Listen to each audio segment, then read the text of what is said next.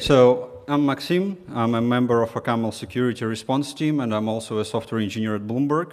Today we're going to talk about OCaml security and how we are working towards making it a more secure ecosystem.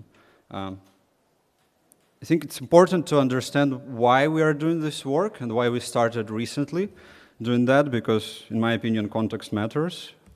So there were multiple asks from OCaml Software Foundation sponsors and industry partners to establish the centralized way around security in OCaml, specifically about reporting vulnerabilities, and as well as receiving advisory for those vulnerabilities, again, centralized in the same format.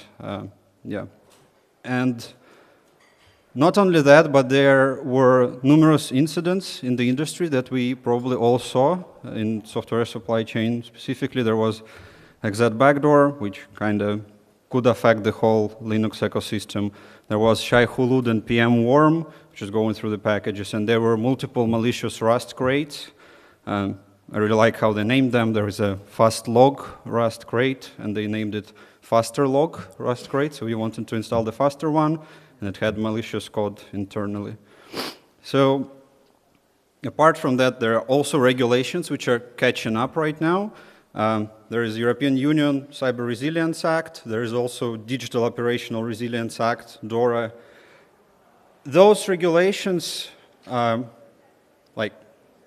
would recommend everyone to go through them, but there are a lot of pages in them, and they're pretty complicated, legal language, all of that. But those regulations essentially say how enterprise companies or industry users, if they're regulated, how they should report vulnerabilities, or how should they react to vulnerabilities, or if they have to have some processes around security in general. There was also a US executive order in 2021, which mandated companies who are selling something to US government to have SBOMs. It was canceled recently, but I guess someday we will have it again. So tooling and standardization also happening across the industry. So the classic advisories where you would type in something on a website and see if packages is vulnerable, they're changing to more structured approach, also unified and standardized, something called OSV. We'll take into look into OSV and SBOM in details later on, but SBOMs are also first-class citizens on GitHub, GitLab, and Docker right now. So yeah, tooling also catching up. And it's also very important that we're not the only one. In fact, we're very lucky to be kind of later than other language ecosystems. Haskell, Rust, Go, Python, you name it. Other language ecosystems already have security response teams, and we can learn from them. Yeah, in fact, I can see Richard here. Yeah, we reached out to Richard so he can connect us to the Haskell security response team, and we had a great communication with them. That's coming back to your talk about bringing two ecosystems together. I guess it was a very important experience for us. And OCaml has had CVEs in past. There were not a lot of them. They were both in libraries and in the compiler itself. And it's important to have a process to do something with those CVs when they occur, rather than doing some ad hoc stuff. Yeah, that's the background. So OCaml Security Response Team is us. We coordinate security response for high-impact vulnerabilities, and we maintain the advisory database as well as associated tooling. There is a QR code to ocaml.org/security if you want to scan it. We are individuals and delegates from OCaml Software Foundation sponsors. It's Edwin, Hannes, Joe, Louis, myself, Mindy, and Nicola. And Louis and myself are here on ICFP, so please come to us, chat with us about security if you have any concerns in general. And what do we have right now? We have disclosure process. So if you are a security researcher or you believe there is a security vulnerability somewhere in OCaml ecosystem, in OCaml compiler, or in popular libraries, there are two ways to report it. One way is to report it through GitHub. It will create a private issue, so you can report vulnerability there. or you can message to us directly on security@ocaml.org. We also have advisory repository, which is OSV ready. Yeah, it's in OCaml.org. We have the mailing list for announcements. Yeah, subscribe to it, I guess. We coordinate researchers, the security researchers, with maintainers. So we kind of, as other language ecosystem security response teams, are the first line to identify if it's vulnerability or not, what is the impact of that vulnerability, and if maintainer cannot fix it themselves because of different reasons, they just gave up on that package, we will try to find a way to either fix it or to deprecate the package or any other way. And we're obviously going to publish advisories as well. And we will call for proposals, secure OCaml guidelines, I don't know, static analysis rules or linters. Those are just examples, by the way. So if you have any idea how we can make OCaml language ecosystem more secure compared to any other language ecosystem out there, please reach out to us. Yeah, now I'm going to jump a little bit back to OSV and SBOM, because that's a very kind of interesting thing that changed, and this is what we see across all language ecosystems. Their integration is happening. So OSV is a structured vulnerability record per package and version range. It's open source vulnerabilities. I guess it was initially created by Google, but then it got open sourced. It's importantly one format across all languages. So for enterprises, it's kind of important when you have multiple languages here and there, and in OCaml we also have bindings, and you might bind to some C library or C++ library which might have vulnerability. You want to be able to discover that as well in one place. So it plugs into vulnerability management, asset inventory, and SBOM workflows. And SBOM is software bill of materials. You were, probably most of you were here for the Dune package talk, where they showed essentially that we built a Dune package, and this is the list of packages that it included. It's kind of the same thing. It's a component inventory of what your build ships, but there are a couple of common formats, like CycloneDX or SPDX, which are also very, very much adopted in the industry. And having SBOM plus OSV integration essentially gives you understanding if you're affected or not. If your specific binary deployed somewhere linked that vulnerable package, and now you have to remove it or report it or do whatever you want. I talk a lot about reporting, regulations, etc., while not all of us here might be regulated entities, but for language ecosystem it's very much important to have those processes, because users of those libraries and packages and the language ecosystem in general might be regulated, and they would expect language ecosystem to provide the same level of support as others do. So the way it would work, like we get report, we figure things out, we find a way to fix this security vulnerability, we put it in our advisory, then users can match the SBOM with the OSV, and they can act on the malicious package. Yeah, so OCaml advisories will flow into the same tools other ecosystems use. In fact, we already have like the pretty old CV for OCaml 4.06 in OSV. My understanding, I did not create that CV. I didn't issue it or anything like that. But my understanding, it was done just ad hoc. Someone decided to create that CV, so it was non-standardized process in OCaml ecosystem. But we already have it there. It kind of flew in. Yeah, oops.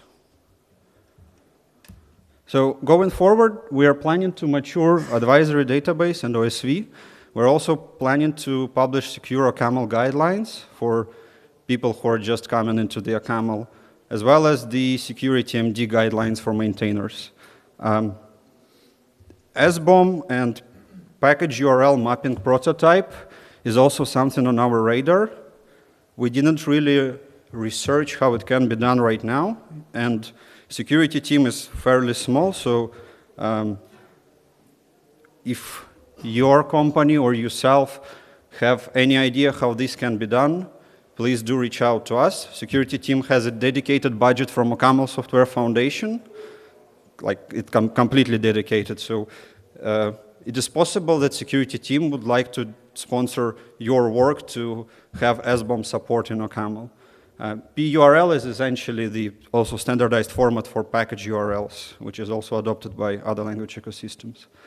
We will have quarterly reports about our progress, which will be published on the OCaml.org/security website, because this is sponsored by Software Foundation, which is sponsored by industry users. It's very important to have accountability. And we are looking for requests from the community. So yeah, get in touch. Developers, researchers, and organizations who rely on OCaml, please chat with us so we can adjust our priorities. If you have specific threat models or you're implementing infrastructure, secure infrastructure, you need to adapt to evolving regulations, or you're interested in security, talk to me, talk to Louis. He's, where's Louis? Yeah, he's over there. Donate to OCaml Software Foundation, sticking security on your donation. And last but not least, we will have the public meeting on October 22nd for 2 hours. Attend it, see what we're up to, and chat with us there if you're not on a CFP, if you're remotely. Yeah, I expect to have a lot of questions. That's why this presentation was fairly short, more like an announcement. So yeah, thank you.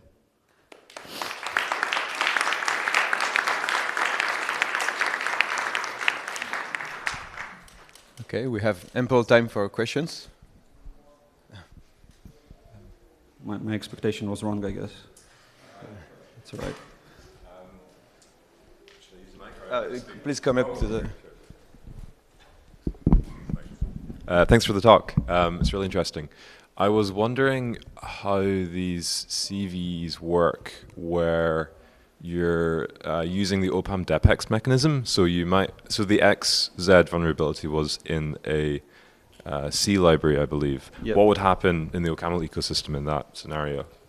So, like in ideal world scenario, which is not where we are right now, when we have SBOM integrate, like when we can produce the SBOM for OPAM package, you would essentially have the list of all of OCaml packages that it includes. And then each one of them also has an SBOM.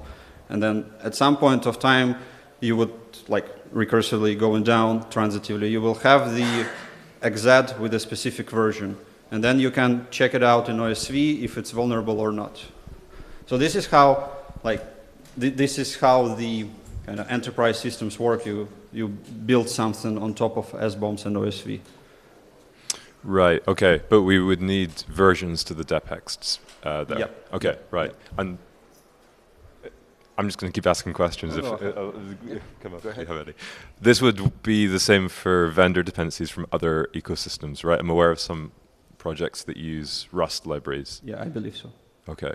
Also, what was the Perl SBOM integration that you were mentioning? Package URL is essentially a standard format to identify a package across language ecosystems. Okay. So, for example, you have same format for OPAM package and for crate, for Rust crate. Right. Okay. So this is how you would express these dependencies in other ecosystems in a unified way. Okay. Right. Ideally, I mean, it's just a format which is. It would be great if our internal, the internal OCaml ecosystem tooling would support, because then it's like highly adopted across the industry. So we would just flow into the same tools as any other language ecosystem. Because we have all of that information kind of in a way already. We just need to map it properly. Right. Yeah. Thanks. Okay. Hey. So, as a security team, do you deal only with bugs and problems in the compiler and the standard library, or is it also contain like user-created libraries, and like how far do you reach with what you cover? I'd say so. Not only compiler and standard libraries, that would be pretty small. It's definitely some of the. We expect to support highly used OCaml libraries. So given that there is a report, for example, I don't know, in PPX-lib, we would definitely look into that. Okay, so is it like some formal process of onboarding a library to actually be included in your, scanning or coverage, or is it just like ad hoc? For now, it's ad hoc, but we had a thought about that, and there is no conclusion yet. Yeah, there are multiple approaches you can take. You can take like top 10 packages used, or you can take top 50, or you can whatever. For now, we didn't get there because we didn't yet receive any vulnerabilities for the packages. Okay, cool. Thanks. Yeah. So maybe a higher level question. Excuse me. So what opportunities is OCaml missing out by not having this sort of thing? Like,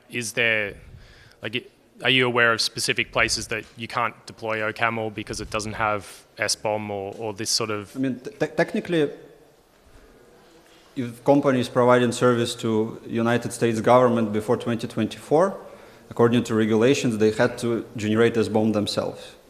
So users of OCaml would have to build their own way to generate SBOMs internally. While other language ecosystems have this support in their community. Okay, thanks. Hi, Maksim. Thanks for the great talk. I'm one of the MirageOS core team, and we're always struggling with how to manage a big software supply chain. Should we be aiming to interface with your kind of processes rather than inventing our own? And also, we're getting requests for things like software bill of materials, JSON generation for Docker stuff and everything. And so there's a bigger software engineering question as well about how we interface with how the bigger world is doing this stuff. What are your views? Should we all work together, or should we kind of design processes similar to yours but not trouble you with these things? I think you definitely should reach out, and I believe there are a couple of people familiar with MirageOS on the team. I think Mindy is on the team. Mindy is very familiar. She used to run the project, so this is great. Yeah. So, reach out to us, definitely. Yeah, brilliant. Thank you. Just want to make sure that's what you wanted as opposed to Yeah. So if you're an enterprise and you're building your own stuff for OCaml because you're a regulated entity, please reach out to us. Great. Thanks. Thank you. All right. There's no online question. I have a little question. There was an infamous bug in OPAM that hit my friend back in the day, where he tried to update something and then it erased his disk. Do you consider this a vulnerability? Yeah, I would say so. Yes. Yep. Although it's not a faulty package, it's a faulty package manager. Right? I mean, that's my personal view, so I'm not speaking for the whole security response team over here, but I strongly believe that language ecosystem is both build tool and package manager, which is adopted everywhere. Even though if some people are not using OPAM, it doesn't matter because most of the users of OCaml are using OPAM. So yes. Right. Okay. Yeah. Cool. There is a question there. Hi. I'm a Haskell developer by trade. You mentioned a few other language communities have security teams.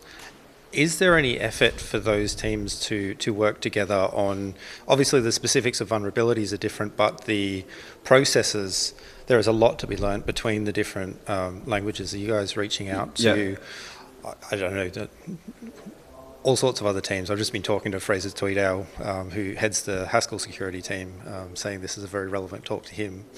How are you doing that? Yeah, so we reached out to Richard first because he is Haskell person in OCaml community.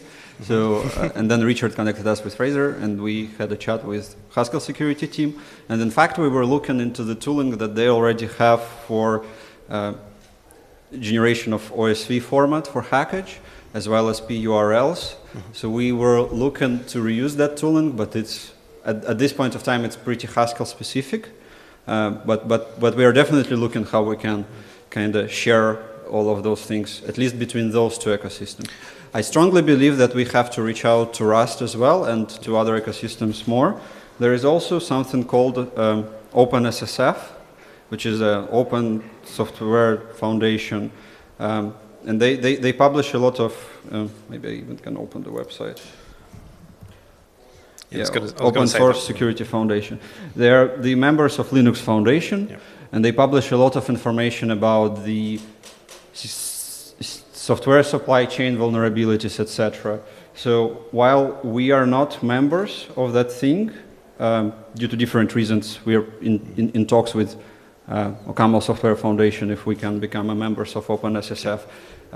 A lot of other language ecosystems are members of OpenSSF, and this is where the sharing of knowledge actually happens. Yeah, okay. I'm glad to hear there is a mechanism for bringing these teams together, because there's a lot of common work, and getting those processes right so that you don't accidentally disclose things far too early, and or how do you interact with the developers of different packages and like get the message across to them that, hey, this is actually really important, and we're happy to help you through working on it. It is a hard thing to do right, so yeah, I'm glad to hear that. Yeah. That's cool. Thank you for the talk. Just to expand on the OPAM thing that was put up, because actually I think in terms of the effort that's going with the security team is great. It wasn't actually OPAM that caused that, it was a package. So it was a vulnerability in a package. But that's the interesting part, is that it fell back onto OPAM and had to be clarified that way. So I think this kind of effort for having centralized reporting and being able to blacklist a package as having been a problem is a really great improvement. So Thank you.